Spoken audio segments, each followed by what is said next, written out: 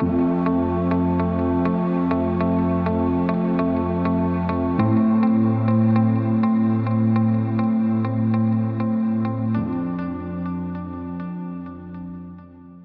this last video, we're going to discuss standardized values and how those relate to what is known as the empirical rule.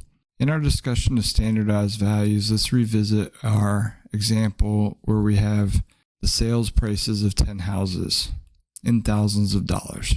Standardized values, which are denoted as Z sub I, redefine the value of the observation, which we denote as X sub I, in terms of its location in the distribution. Z sub I is calculated as taking the value of the observation, or X sub I, and subtracting the mean, or mu, and then dividing that deviation by the standard deviation, or sigma. So in this example, let's assume that the value of the population mean, mu, is 471, and the value of the population standard deviation, sigma, is equal to 277. As we've done before, let's subtract 471 from the value of each observation to create the values that we see in the third column, the deviations from the mean. Next, we're going to divide each of those deviations by 277 to create the standardized value, or z-score, for each observation I.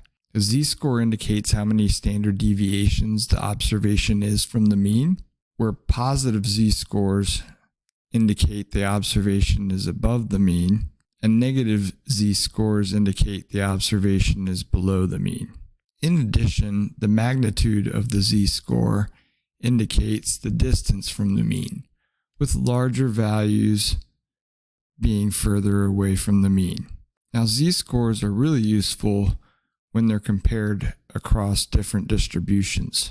For example, what is the most unusual characteristic of the last observation? Is it the price, number of bedrooms or bathrooms, or square footage? Is it the acreage or the age? Z-scores allow for easy comparisons across different distributions. For example, on the right, we have the z-scores calculated for each characteristic for each house.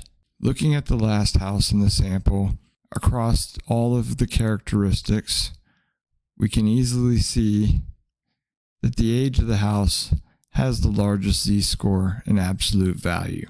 It's more than one standard deviation below average, making it the most unusual characteristic of that house. As you can see, it's the newest house in the sample. This brings us to the empirical rule.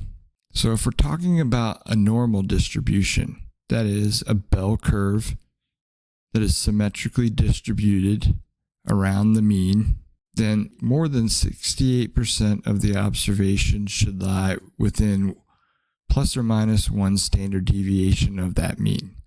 Or in other words, more than 68% of the observations should have a z-score between -1 and +1. Going out 2 standard deviations from the mean, we see that over 95% of the observations should lie within this range. And if we go out 3 standard deviations from the mean, virtually all of the observations, more than 99%, should lie within that range. So throughout this course, we'll be restricting our attention to plus or minus 3 standard deviations from the mean, since that encompasses virtually the entire distribution. We're going to be elaborating more on this in the next sequence of videos, where we're going to be discussing continuous probability distributions.